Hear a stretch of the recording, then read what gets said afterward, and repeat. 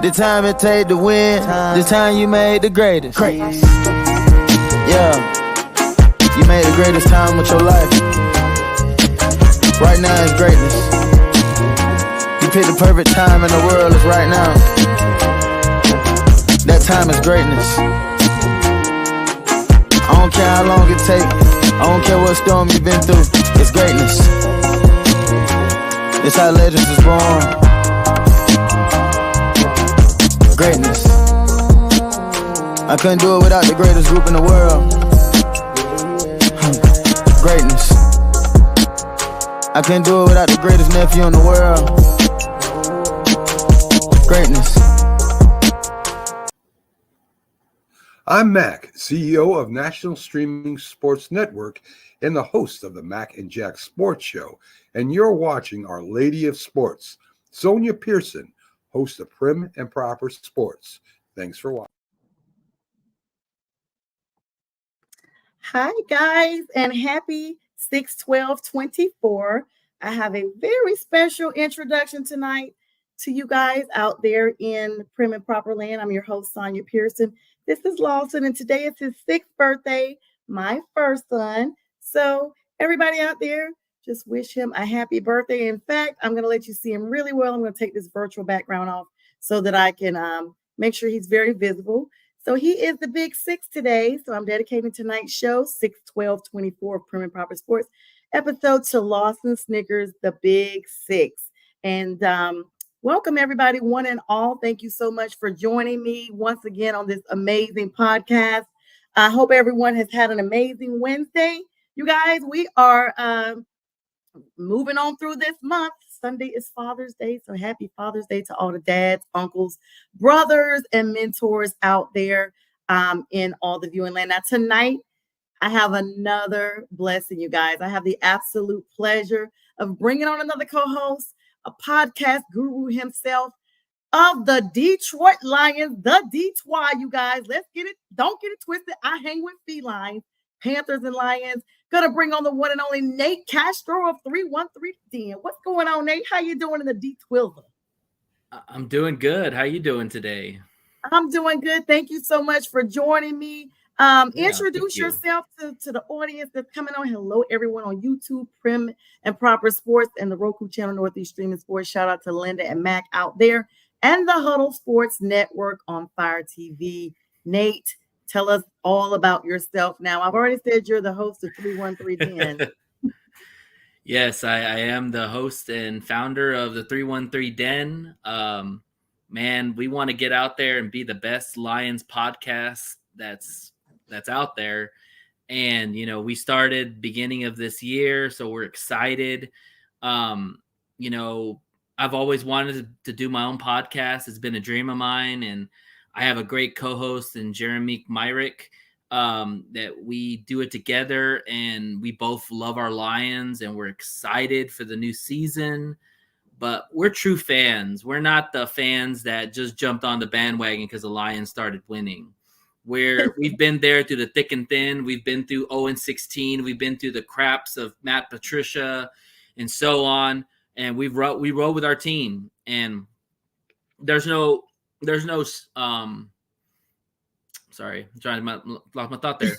There's no secret that when you have a strong foundation that you're building and you have a strong ownership, you have a strong GM, you bring in a coach that can motivate anybody to play for him, you're going to win and you're going to have success. And that's what the Lions are now doing. They're doing it the right way and they're building the right way. And we're not going anywhere. We're only going to get better. And honestly, Super Bowl or bust this year. All right. Well, you know, I know Dan Campbell talked about extremely how difficult it is to get back to the Super Bowl. But you guys, you know, you all kept your nucleus intact. And so, I'm just, Lawson and I have the same question. He has the same question. He's wondering, he wants to hang with the lions as well, felines to felines. So what would you tell someone that is like, okay, we know we saw you. There was no doubt that the lions were roaring. I mean, I became a believer. I was literally like, oh my gosh, Dan Campbell and the Campbellites are up here. I like that. Campbellites. I like that. I'm going to use that. I like that. Gave him a whole thing. And hello to Yoli, Green Bay Packer fan, one of your arch rivals up in the NFC North. And she's saying hello to both of us. Hello, Yoli. I'm sorry you're a Packer fan, but hello. And Lawson says hi to you too, Yoli. Thank you. So what would you say? The NFC North is going to be extremely competitive. I had Ken Dobie on last night. He is the Bears fan. And so he was giving me his, interpretation of how he thought the NFC North was going to fare out for the Bears. Some people call them the Care Bears, like Yoli did. But what would you say to the naysayers who are like, well, wait a minute, Nate, y'all look good. And you guys clearly were competitive, but the NFC North, the entire North right now is definitely capable of being competitive this season. What would your thoughts be or response? Well, first off, this division is probably going to be one of the most competitive in the NFL in general. You have young talent at all levels with each of the teams. Lions did win the North last year, and they well deserved to win the North, and I see them doing it again. And I'll tell you why, is because if you look at the lay of the land of all these teams, yes, they all got better. We're not denying that. However, two of these teams have rookie quarterbacks. And you know all about rookie quarterbacks. Yep. Bryce Young was the number one pick last year for y'all. And it was tough. Let's be honest. It was not everybody can't beat CJ Stroud. It's an acclamation from college. Yeah, but even I tell people about CJ Stroud, as good as CJ Stroud was, he only won around 10 games. And it was, they had an extra game they played. So it's not like he blew the world on fire. You know what I'm saying? Is he going to be a good quarterback? Yeah, probably. But I think Bryce Young could be good too. But the thing is that rookie quarterbacks struggle. It's just a common thing because you come from college. Let's be honest here. Caleb Williams and JJ McCarthy came from more of a spread offense and didn't play a lot under center. Or in JJ's case, he didn't really throw the ball a lot. Caleb threw the ball a lot, but didn't play under center. So both of these quarterbacks are going to have huge transitions to the NFL. So that being said, two of those teams, I don't expect really to make a lot of noise. I think a lot of their fandom says that they will because of what's around them. But at the end of the day, if you don't have a proven quarterback, it don't matter how good your talent is. You're not going to win. So what do you think about Caleb Williams? Are you saying that he's probably – you think – so there's been a tantrum amongst fans, Bears fans, as well as, the NFL as a whole, that Caleb Williams, like that the Bears look better than they have since 85 across the board. Would you agree with that? Or would you think that it's overhyped because, that's their fan base? Look, I'm not going to lie. The Bears are probably one of the most talented teams in our division. There's no doubt about that. They increased their receiving core by getting Keenan Allen, who's a dog. He killed us in last year against when we played him. Yeah. They got DeAndre Swift, that used to be a former Lion. So they re-signed Jalen Johnson. They have a lot of weapons and a lot of good players. The thing is that it starts and ends with the quarterback. The teams that aren't good is because they don't have a good quarterback. The teams that are good and great is because they have a good quarterback. We don't know what Caleb Williams is going to be. When I watch Caleb Williams play, I saw a guy that likes to run out of the pocket, throws off platform a lot, kind of does a lot of Patrick Mahomes in some aspects. Yeah, he's not going to be able to do that in the NFL. He's going to have to throw from the pocket consistently. Now, the one thing I will say about Caleb Williams is that Caleb Williams is probably got the best situation that a rookie could ever have. You've got two legit receivers and one possible rookie receiver that we expect to be good, but I don't give anybody their flowers until I see him play an NFL game. So you've got two legit receivers, you've got tight ends, you've got running backs, you've got a decent O-line. Like, you have all the pieces for Caleb to be successful. But it's up to Caleb is if he's ready. You know, that's my question. And then same thing with Minnesota. You know, Minnesota, you've got JJ, you've got Addison, you've got Hawkinson, you've got a good line, you've got Aaron Jones, who came over from the Packers, but you have a rookie quarterback. So kind of circling back to that is like, basically, I'm not worried about those two teams, I guess is what I'm trying to say, because they're going to have their lumps. They're going to take their losses. It's probably not going to be a year for either one of those teams. They'll probably be fighting for last place or third place. And then you have the Packers, of course, which, you know, your friend Yoli's a Packer fan. And I'll say this about the Packers. Jordan Love, I think, is going to be a really good quarterback, but he only played really 8 games of really good football.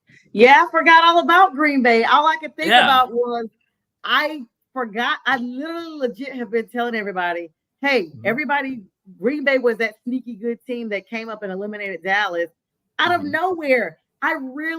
That's when people started paying attention to Green Bay, is like the last couple of games. They didn't notice it because I didn't notice it. And I was literally like doing this show every week, like, oh, okay, some shows never mentioning Green Bay.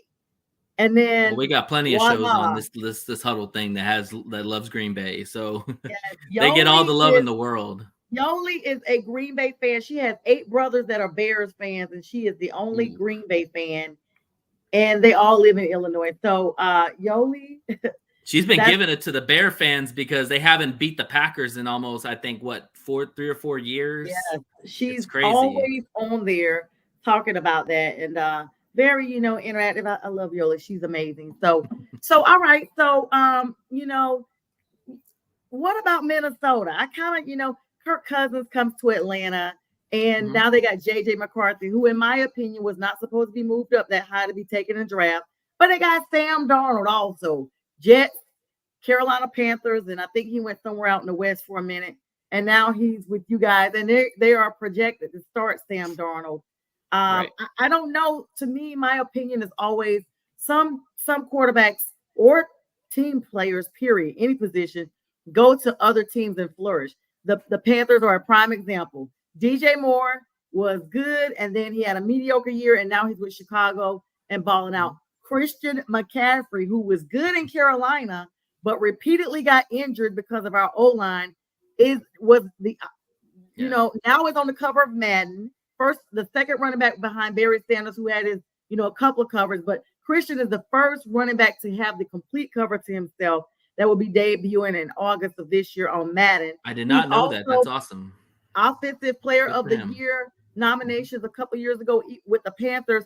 He almost was Offensive Player of the Year this year. His name was up there amongst talks with the quarterback, and he is just balling out. He got like a small injury, but he played through it. He missed no time. This is the first season that I think Christian has played consistently the entire season because he wasn't injured.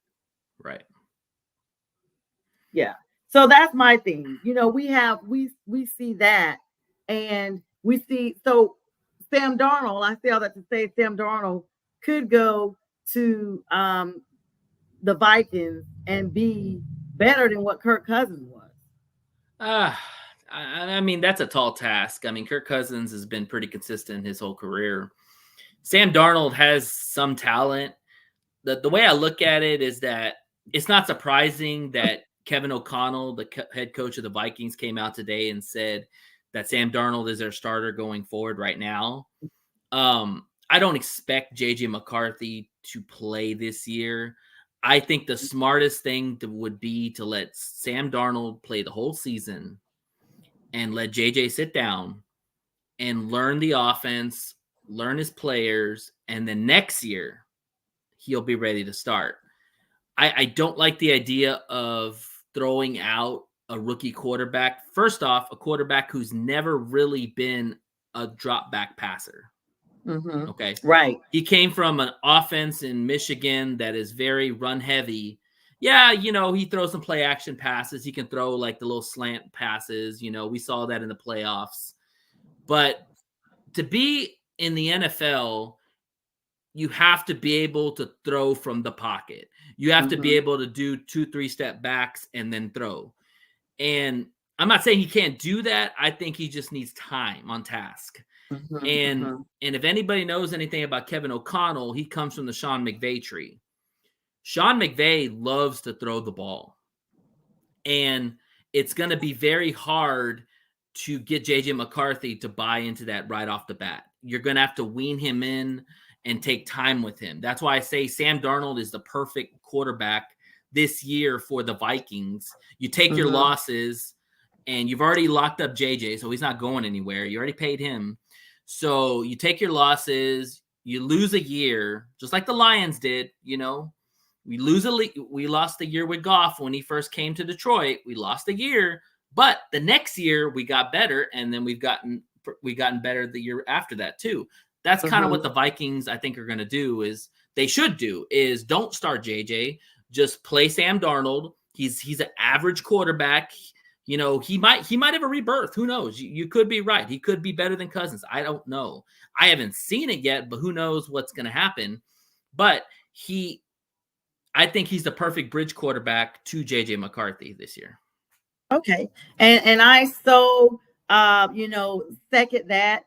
It's going to be exciting to see if we actually see Sam Darnold look amazing. I mean, it's kind of one of those things that you can't count anybody out yet because you never win a playoff game or a game period in June. I mean, this OTAs, mandatory mini camps just started on yesterday.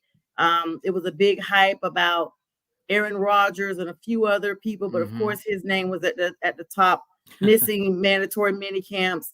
Right now it's just that time of year that they're just giving out the small reports of what they are seeing on the field. Not too much, of much anything. It's just basically the fact that this is one of those times that we are kind of in the in-between. Even Tom Brady came out today, and he's been very vocal the last few months, maybe even a year, of his perspective of the game of NFL. And he even said today to the NFL reporter, Charles Robinson, who is a reporter with Yahoo Sports, he basically told him that quarterbacking has gone backwards in the NFL. I mean, he's been vocal about talking about how, quarterbacks are the plays and what have you. I mean, some of this stuff is kind of like, okay, we've already seen this, Tom. And I guess since he's out of the league, he's just supposedly bringing awareness. I mean, I don't know. Well, what are your thoughts on that? Let me kind of piggyback on what Tom said, because I think he's right. If you look at last year, there was more success with backup quarterbacks than there's ever been in the NFL.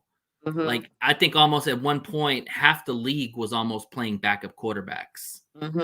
Yes, 64 snaps last year were taken by rookie quarterbacks. And or rookies or just journeymen or whatever. I mean, we're just talking straight backup quarterbacks. And the starters, either were hurt, weren't getting it done, whatever it was. And these guys just took the mantle and went with it. One of them, Baker Mayfield, just cashed in, got a brand new deal with the Buccaneers, which he deserved. And then, you got a guy like Russell Wilson who left, who it was pretty much a mess in Denver. Don't know why they traded for him, but they got him. Now he's in Pittsburgh. That's a mess. That's a mess. That's a mess. The fact that they would bring Justin Fields there and then they wanted to do that. And hello to James. There's some comments coming in. Let me take a small pause. Yes, Yoli's saying, I like the little blue Smurf. That's funny. James is saying, what's up? Hey, brother, what's going on, James? J Train of the Friday with the Fellas. It's a regular show I have now. Started out with them occasionally coming on. People love them. So we now have them Fridays at 7. It's him, Anthony Fernandez, who is known as A-Train, and then Kevin Davis, who's known as just Kevo. So hello, Nice. and Yoli's definitely saying there's good. They're a good team, the Lions. Thank you. Yeah, so I mean, but Kirk Cousins never won. I kind of want to go back to that for a minute. Kirk Cousins never won a playoff game. He's just good, he's just good there. But Atlanta thinks he's going to be their saving grace down here. I mean, what do you think? Atlanta already has a complete package. I know, Yeah, Atlanta's like Kirk Cousins. He actually, kind of is like what Caleb's going into the situation. He's going into a very loaded team with Bijan Robinson, Drake London. He's got Pitts at tight end. Got a good line. They've got a solid defense. He's coming into a good situation, and realistically, that division is very up for grabs. Mm-hmm. I mean, Carolina could shock the world and make the playoffs or win that division. Yeah, exactly. You're only the second person to tell me that, so thank you for that, Nate. No problem. I mean, on my good side. I mean, Bryce Young at some point I think is going to pop. And I love the Xavier Legette draft pick. That was a big guy I wanted the Lions to get. I mean, I'm not mad. I like Terrion Arnold. I love Ernest Rakestraw, but I was a big Legette fan. And I know you watched him because he played in South Carolina. I mean, the guy's a dude. He's a huge guy. But he's got speed too. Yeah, he's home. Yeah, perfect. And so you got a perfect weapon for, with Bryce Young. You got Thielen still. I think Thielen's still on the team, right? Yes, okay. AT. Fingers crossed that he stays. Like, I heard some rumblings early on that he might not, and I'm like, please don't say that, because the AT connection was real. Like, he was just clutch in a lot of he's a perfect compliment for a young quarterback like Bryce Young. You've got to surround weapons with a young quarterback. That's why some of these quarterbacks, people are expecting them to be better because of the weapons they already have around them. And but kind of going back to what you're saying about the Falcons, I honestly don't know, because you've got the Panthers, you've got the Falcons, you've got the Saints, you've got the Bucks. You could argue on any of four of those teams could win the division. It's just a matter of quarterback play. And if we're just talking quarterback play, because that's the most expensive position on the team and the one that gets judged the most, I would probably say right now it's Baker Mayfield. Mayfield, he got his bag. He got another contract. He played well, even though we whooped his butt twice last year. And let's be clear, even though he started out with Cleveland, he was a Panther and we let him go. So that's another example. Yeah. Like, I still don't know. Like, Baker did decent for us. So it's just going to be one of those things like, oh my gosh, like it's going to be a very competitive league. You brought up CJ Stroud earlier and how he came into the league, basically a phenom in his own right, because very rarely, I mean, we see it from time to time, but a quarterback, especially with a new coach as well, to come in, take your team all the way up to the playoffs. And they actually had me rooting for them silently, because I was just like, wow, what an underdog story to come from the bottom and go all the way with a rookie quarterback and a rookie coach. The AFC South is going to be super competitive coming up. Good. I guess you already got it. I was getting a little dark there. Sorry. I literally had sent you a message, but I don't think you saw it. So I was like, when we I didn't see it. No, I didn't. Maybe you'll see it. So awesome. So thank you. There's for that. Light now. We're good. Yes, because our audience would have been, what happened to her guest? But I'm glad you're here. So thank you. You did ask me before the show. That's poor parenting on myself, because I forgot it's getting dark. So yeah, but what would you actually say to that? Oh, yeah. So Yoli, he does have his own show. Tell some people are just coming in, Nate. So let them know how to find you. So you can go to our Facebook page, the 313 Den. Search that and follow our page. We always add content every day. We try to scrounge up any kind of Lions news right now, because right now we're in the dog days of summer. But we try to add little contents. We put our podcast up there. Our podcast is the 313 Den. It airs 6 to 7 on Saturdays on the Huddle Stream Network. please check us out. It's Central Time. Yeah, we talk Lions. Like I said, right now we're doing a fandom kind of like the next 6 weeks, since we're not really going to be having a lot of Lions stuff going on. We're bringing on fans. And so if you're a Lions fan or, or even an NFL fan, I mean, we'll chop it up with you and we'll talk your team. But yeah, we're kind of giving to the fans like this opportunity, giving a platform for a show. It's like, hey, come on our show, talk to us, and so, yeah, if you're interested, please message us on the Facebook page and we'll get you on. And I love that because you guys are a new show. But yeah. I remember when I tell you guys, because you and I were talking before we started live, I've been doing this since 2016. I didn't realize it was that long until, YouTube shows you when you created your page. And I'm looking at some of those old videos, like Cam Newton and Luke Kuechly, and all of them were still on my team when I started my podcast. I still have podcasts on the original one because it started out with me just doing a Panthers podcast, kind of for the fact that I had the Pantherettes, fan club. And then I was just like, well, I have an interest in all sports. So then I found myself talking about other teams like, we got beat by them today, or we beat them. And then I was like, okay, you know what? It just became a whole thing. And then Mac and Linda, the great producers at Northeast Streaming Sports, reached out to me last fall, and the rest is history. It literally took off from that point. I can't thank them enough. I love them. They are amazing people up in the Northeast. And they have the Sunday morning big sports show, the Sunday morning big football show. Mac and Jack have their show. A lot of NFL guests in and out. Jim Jeffcoat, Byron Williams. We have Pags, the Philly sports guy. A lot of well-known people in the sports industry. And so, now that I have the blessing of being on the Huddle Sports Network, because, I was linked up with you guys a couple of months ago, it's my obligation and my joy to also expose other people to, the Midwest, the teams, the North, the North, as they say. And so it's been extremely exciting being on the Tundra Network with them. And now I'm looking forward to my appearance with you on 313 Den because absolutely. I told you I was definitely pulling for the Lions. Us felines got to stick together. And you guys actually made me have hope in football again when it was. Well, I'm glad because I think it reinvigorated a lot of people just in general that love the NFL because, if you see a guy like Dan Campbell, he's such a passionate dude. And one thing I love about Dan Campbell is that he's 100% real. Like he's very authentic. He doesn't really believe in coach speak.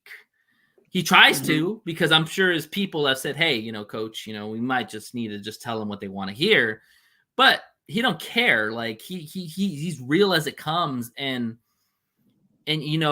I was listening to some of the pressers from our assistant coaches because they were kind of interviewing them. And the one guy that never met this guy before, I'm going to give you a little quick story. So they asked him, how did you know Dan Campbell? And he's like, I didn't know him.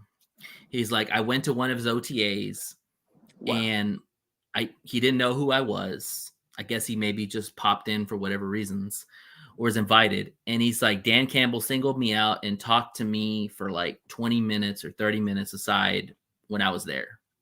Didn't even know who I was. Just talked to me for 30 minutes. And then he's like, when he came in to interview for the position of he's a safeties coach, come in for the safeties coach interview. He's like, we talked for 4 hours. And in those 4 hours, it was nothing about football. It was about life. It was about family. Wow. It was about perspective and all that. And I say that because the thing with Dan Campbell is Dan Campbell gets to know who you are as a person. He already knows the football acumens because he's not an idiot. He watches tape. He knows a lot of people in many places. So he gets a lot of background on you already. He wants to know who you are as a person and how your attitude and your personality fits with his players and fits with them, the coaches, and the culture. And that's what I love about him is that he is 100% genuine. He's definitely a guy. I say this all the time. He's definitely a guy that you go to a bar and you just want to buy a beer for because he's just that chill. Like, he is so cool. Yeah, exactly. Like, yeah. You know, and shout out to Sean Payton, because Sean Payton brought him on as an assistant, and, you know, brought in Dennis Allen too. So Sean Payton's kind of the one where Campbell comes from the tree, but Campbell's already created his own tree. And I just love the guy. I mean, you want to run through a wall with that guy.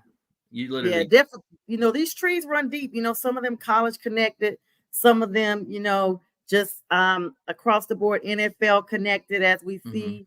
And he was on a little bit earlier. So if you're just joining our show, I don't think I can get him back over here, but do want to wish my first son, Lawson Snickers, a happy 6th birthday. Happy birthday, Snickers. Yes, Lawson, he's laying out right now. So we're going to take a quick break, and we'll be back here, Nate and myself, for the second half of the show. You do not want to miss out. We need you to hang tight for about 92 seconds. We'll be right back. This is a Huddle Sports Network broadcast. You can find us on Roku TV, Amazon Fire TV, Facebook, and of course YouTube. Get all your NFL news here first.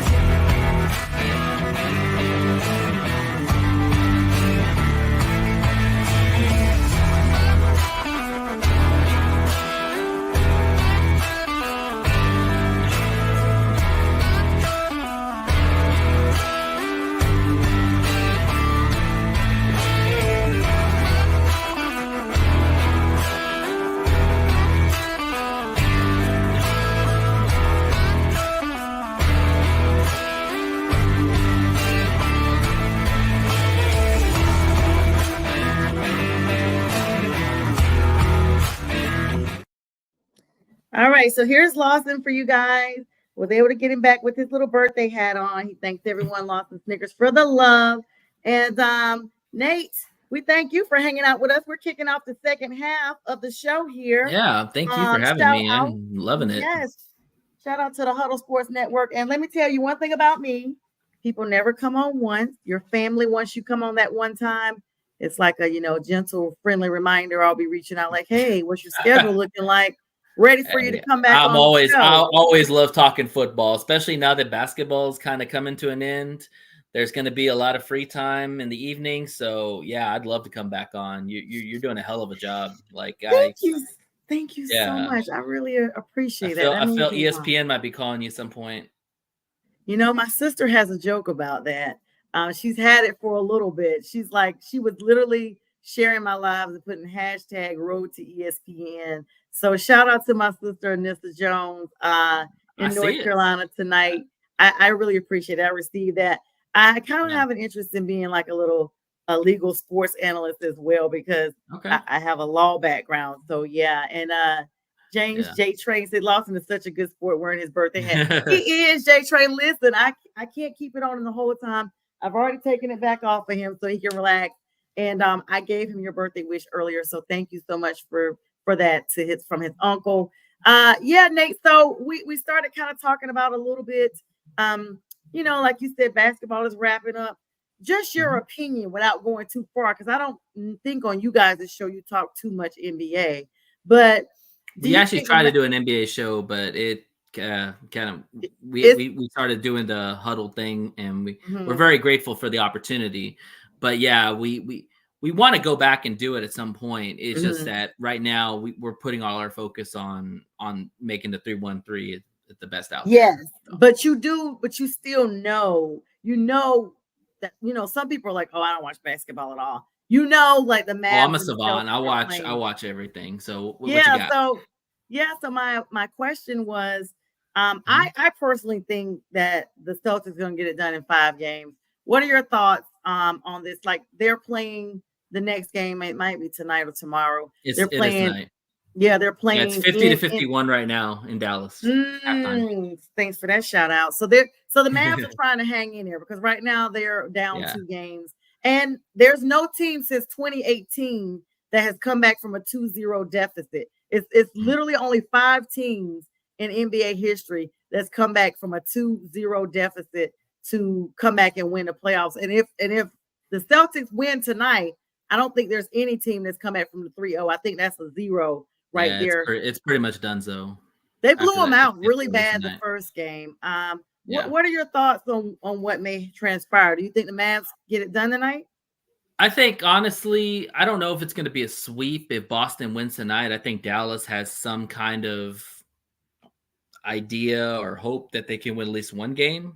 Mm-hmm. But the reality is that Boston's kind of like the 49ers of the NFC. They're more a veteran. They're more of a veteran type of team, but they have dudes everywhere. Yeah. That's what Boston is. They have dudes everywhere. They have vets. They have Tatum. They have Brown. They have Holiday. Porzingis though.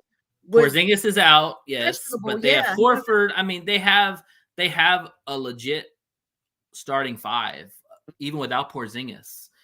And the problem with Dallas is Dallas has got Kyrie and Luka. Yep. That's it. That's it. And Kyrie is not the Kyrie he was a few years ago. He's only like Robin to Batman, in my opinion.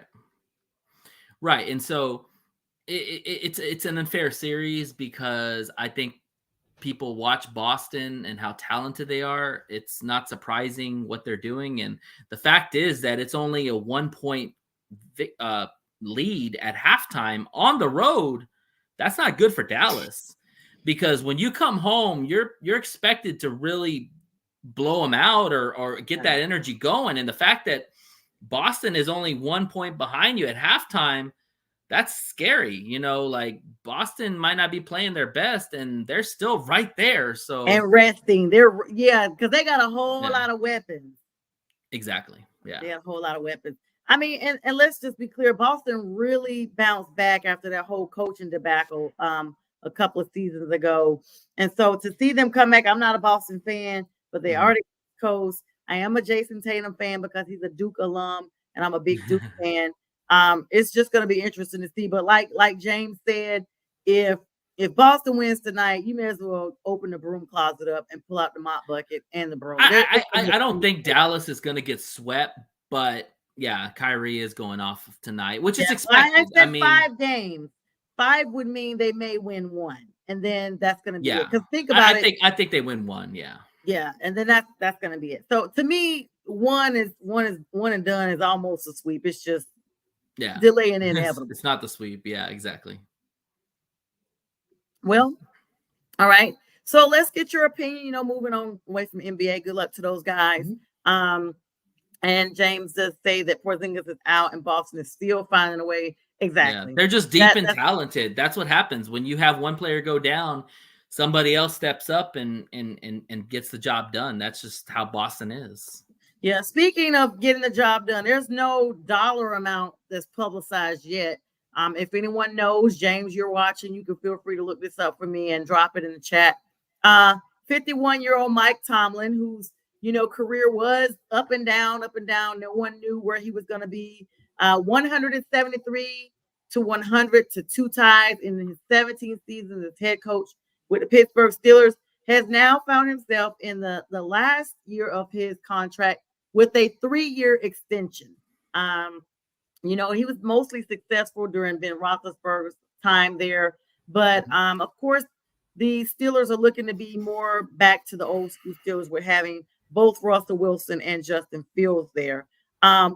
Congratulations, first of all, to Mike Tomlin. Pittsburgh you don't hear of them firing their coaches. Like, they just keep coaches. I think they had 6 or 7 their whole. Yeah. They had Cowher and they had I don't remember the guy's name, but they had one coach and then they had Cowher and now Tomlin. Yeah. Yeah, it's unreal because no matter what they look like, it's just like they're not gonna, and this is my thing. They always say that they are still winning. And my thing was always like, well, are they really winning? Because they were just in a wild card. But I guess that's a win if you think about it. I mean, he hasn't had a losing season in his tenure, which is insane to think about. Now, are they on the cusp of getting to a Super Bowl? Probably not. But they have been competitive, and I feel like he gets the most out of his players. You know, I love Tomlin. I have nothing but the respect for him because, you know, in this world, minorities, it's hard to be a head coach for even a couple of years. Like, you know, it's such a short thing that they give you, as far as if you don't get it done, you're gone. Yeah. You know, look at the Panthers. David Tepper gives you 18 months. Yeah, exactly. 18 weeks. Wilkes got the boot like literally when he walked in the door. Oh my God, poor Wilkes. I mean, he got the boot and he was winning. And then he went to the 49ers, go to the Super Bowl, and was not the reason why they lost, and got the boot again. Poor Steve Wilkes. It's a cutthroat world out there, especially in coaching. But for a guy that was a defensive backs coach to get a shot at such a prestige franchise, and one that believes in truly giving everybody and anybody an opportunity, the Roonies, which are the platform for, you know, diversity, which I love. He's lasted 17 years. That's insane. Like you're talking greatness in that aspect for him to be there that long and that storied franchise. And like I said, he's never had a losing season. You know, and you're not going to win a Super Bowl every year. Like, fans have to understand that. But Mike Tomlin's gotten rings. He's got rings to show. Yeah. He's got some jewelry, as they say. And James said it right. He says the success is indicative of the storied Steelers history as a great organization.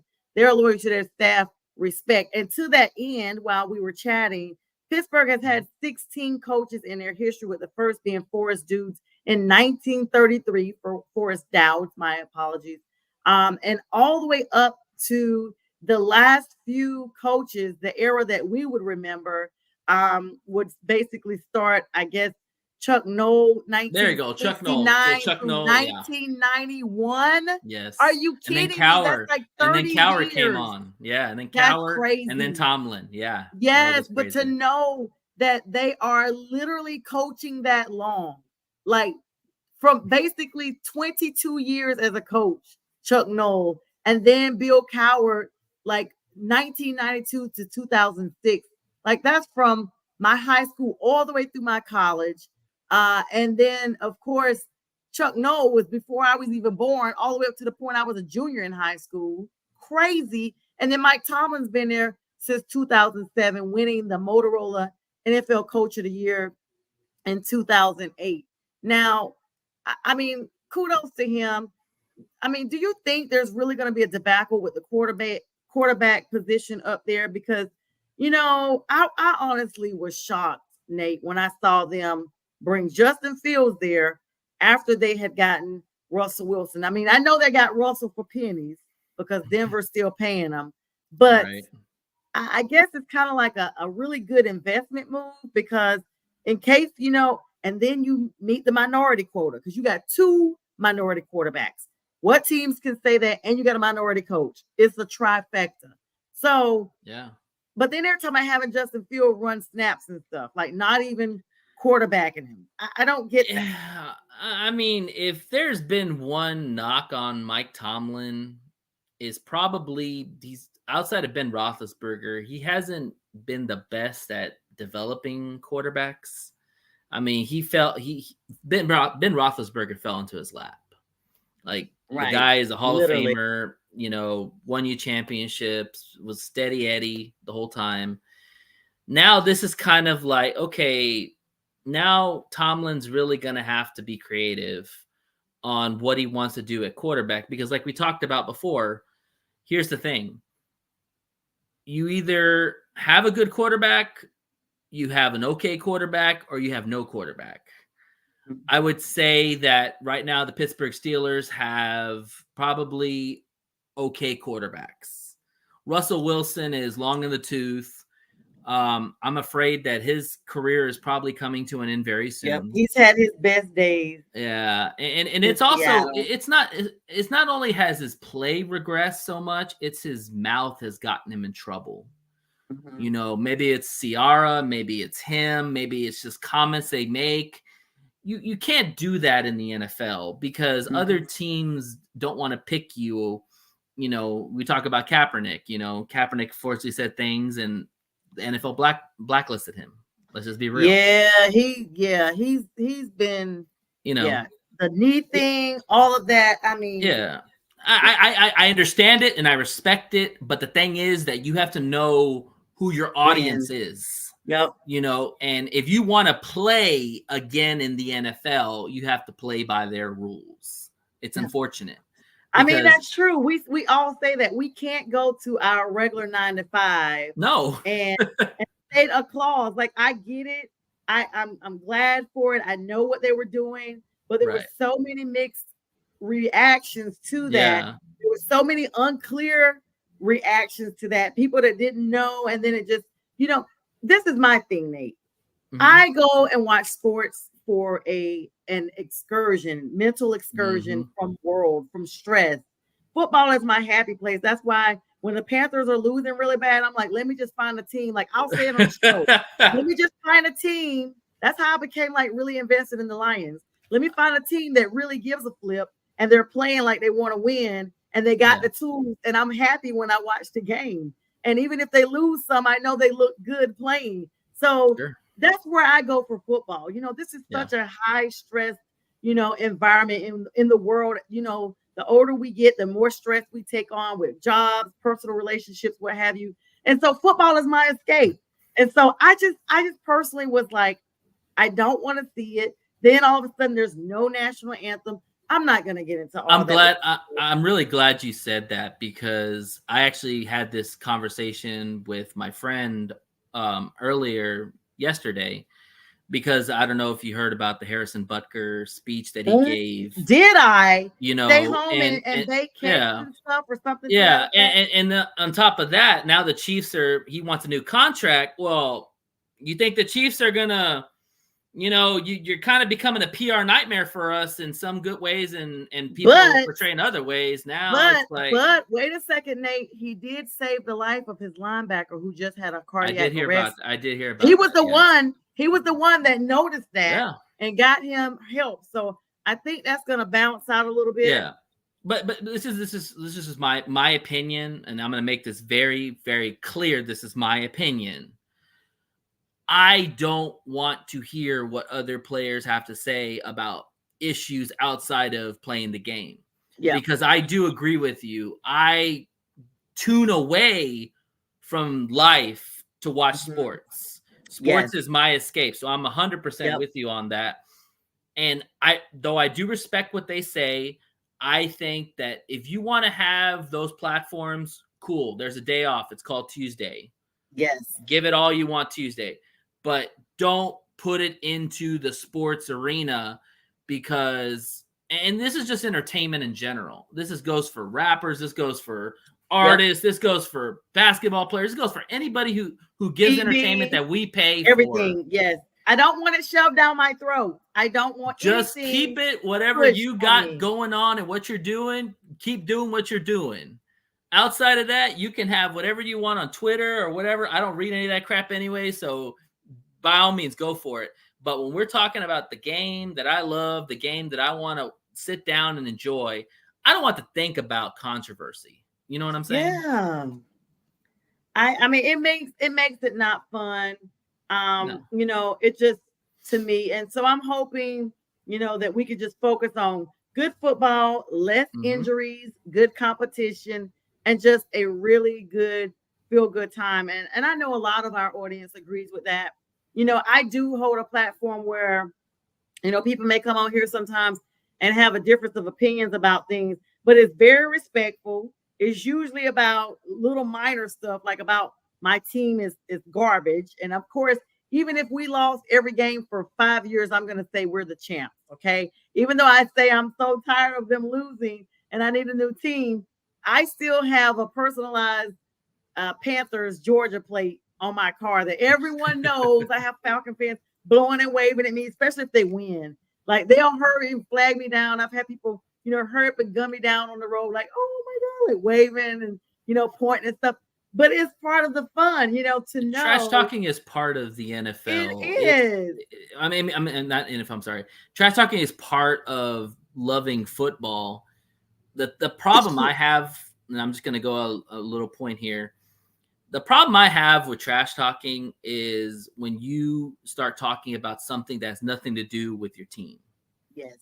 When you get personal and you start attacking somebody for who they are as a person rather than their team. Listen, you could say all day the Lions suck. I don't care. It's whatever. That's your opinion. Whatever. Cool. I'm cool with it. But when you start attacking me as a person or the way I think, that's where I have the problem. And I think people need to really check themselves in that aspect and realize that, hey, we're all here to have fun. We're all here to razz on your team if they suck, whatever it is. I mean, we were 0-16 at some point. You don't think I heard it from people? It happened. Oh, yeah. But it's when you get personal and start getting into other areas that you don't want to get into or step away from. That's where that needs to stop. And J Train says it best, because we talked about this on the show. They still got Rashee Rice up there, and he's run over people and everything. Harrison was giving this to a private college that they are conservative. The college as a whole is conservative. And the only reason why it's such a big PR nightmare, so to speak, is because we live in a social media era. Everybody's recording everything. Everybody's tweeting, retweeting, posting, TikToking, everything. So you can't have anything just in the confines of where you are anymore. Let me say this real quick about that, because he brings up a good point. Yes, I understand it was a conservative school. Yes, I understand it was church first and everything else second. I get that part. That doesn't mean you have to portray your beliefs on these people that weren't expecting that. Why can't you just say, hey guys, it's going to be hard out there. Educate yourself, do right, make right decisions. There's no reason to put all those stuff out there just because you're playing to the crowd, which, quite frankly, the crowd wasn't even expecting it. Right. I said that. And then you put yourself in a situation that now people know who you are. You've gone viral. And like anything in life, there's going to be people that agree with you and there's going to be people that don't agree with you. Yeah. And again, you've got to know your audience. Like, people, right or left, people buy football tickets. And you're putting yourself in a situation now where now the Kansas City Chiefs are going to think of like, well, man, what kind of backlash is he going to get when the games go? If you start sucking, how bad is it going to get for him? You know what I'm saying? Like, you just painted more of a target on your back. And right. So even though that was bad, this is my opinion, because I'm pretty conservative. At least I grew up conservative. Sure. I've gotten more liberal as I've gotten older, but my core values remain the same. Sure. And I personally feel like, okay, you can say that, but there's a way to bridge it with everything else. I believe that women should be as progressive as they want to and can still be great moms and great wives and all this good stuff, and still be educated and still be a doctor or a neurosurgeon or a lawyer or whatever. Sure. I still believe that. And I think he just did not know how to strike a balance. When you combine that with Rashee Rice, who could have catastrophically injured people or taken their lives, you're talking about two separate things. And this is my thing. If Rashee Rice is still on that field after all of that, and someone said he assaulted them in a nightclub and they decided not to press charges. I heard about that too, yeah. Then you may as well just say, okay, Harrison was running his mouth. He had diarrhea of the mouth. He didn't know when to say what he had to say. He didn't watch his audience. And so he made a blooper for all intents and purposes.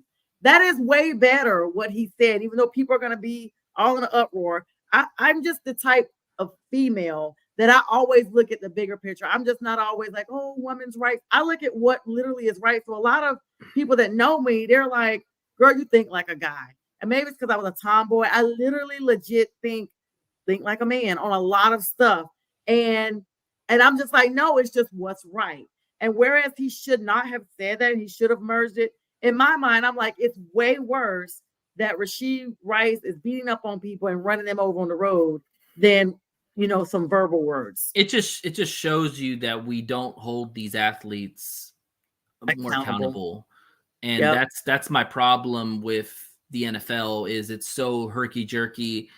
You suspend one player 6 games for gambling on a football game, not even NFL, and somebody who beats up his wife gets 3 games.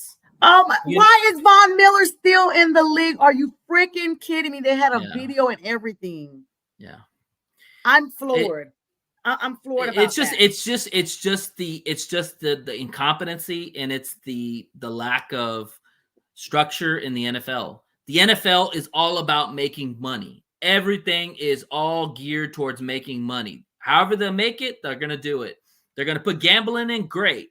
You're gonna put every commercial out there about betting, but yeah, you're gonna punish your players for doing, for doing something like that. It's not even NFL. Like it's not. It's hypocrisy. It's hypocrisy. I want to talk about 2 big subjects before we get off of here. Hey, James, again, thank you so much. You get great viewpoints from everyone he loves. Thank you so much, J. Trey. Yeah, we're always talking about how to bring things in, and we're gonna be doing that because. Not trying to get too far on it for now because I got to talk about 2 other things. But even in statistics with different sports, now they're going back finding artifacts from, Negro leagues of baseball and what have you and other sports. And then you're like, well, wait a minute. Is this person really the number one or is this person? And I think you have to look at it from a perspective of where was the team during that time? Chicago does not have just one world championship. But most younger Bears fans or people that are not Bears fans at all only know that they had that 85 Super Bowl. When you go to Soldier Field, they have multiple world champions. The Lions too. Earned before the Super Bowl. And that's what I was getting ready to get at. You guys, before the Super Bowl, which just came out in the 60s, you were world champs. So to say they never won a champ, that is not correct. It's because we live in a world. It's because we live in a world of names. Like just like you buy brands, you recognize names. If it's not the Super Bowl, it's not irrelevant. Yes. Like if you're not hosting the Lombardi, it's not irrelevant. But the truth is that yes, it was a championship because it was an NFL championship. It just wasn't the Super Bowl because they didn't have the Super Bowl. It wasn't created yet. Yeah, and I got, as we literally have like a minute and a half left, I gotta get this really squeezed in. Go for it. So first I gotta get the Panthers news out there. If you guys have not heard, the Panthers, they put this video out earlier last week or this week where they're gonna be doing renovations. People are so hyped up. They put the video like this is what the stadium's gonna look like, fan experience, blah, blah, blah. The history that David Tepper had with the practice facility now being, dismantled because he didn't get the money down in Mint Hill, South Carolina, which is on the border. Well, now it comes out today that the Carolina Panthers could actually be moving. If Charlotte does not agree to a $650 million stadium deal, the Panthers could be moved from the area. A little bit of heartbreak and shock because this has happened before. This has been talked about before, but I don't know by this article if they're saying we could move from Charlotte or if we could be moving from the Carolinas as a whole. In other words, on some St. Louis stuff. Really worried about that. And then as we get ready, I'll let you kind of see if you got a comment on that, Nate, and then we'll wrap up with this last bit and then we'll sign off. You have any thoughts about our stadium? I mean, it's tough. Hopefully it doesn't happen. I like the Panthers in Charlotte. Hopefully it's just down the street or something like that. But the reality is that a lot of these people are not wanting to pay these stadiums anymore. Like it's a tug war and it's expensive and they don't want their money going to a stadium that they're probably never going to go to. So yeah, that's true. And as we have about 30 seconds left, Brazil has gang colors of green, y'all. And so the Philadelphia Eagles and the Green Bay Packers, who are playing in week 1, are prohibited from wearing green. In fact, the teams, someone lost their job clearly because they didn't do their homework on this one. The teams, the NFL lost their job. Yes, stupid. They are going to have to be escorted in armored trucks while they are there in Brazil because of the issue with being targeted by these gangs. As we get ready to sign off, your thoughts on that, Nate? Definitely enjoyed you on the show. I mean, it's just, thank you very much. It's stupid for the NFL to even have two teams that are predominantly green if you know the rules. Like, that just speaks to send them over there. Yeah. You could have picked the 49ers and the Cardinals before you did that. Exactly. Or the Lions. But Nate, it's been real. That time went by so fast. Yeah, I enjoyed it. Yeah, it always does. Having you on. Thank you for all the comments and love. And everyone, we wish you a good night. I'll be back on tomorrow night at 7. And we bid everyone a good night. This is Northeast Streaming Sports.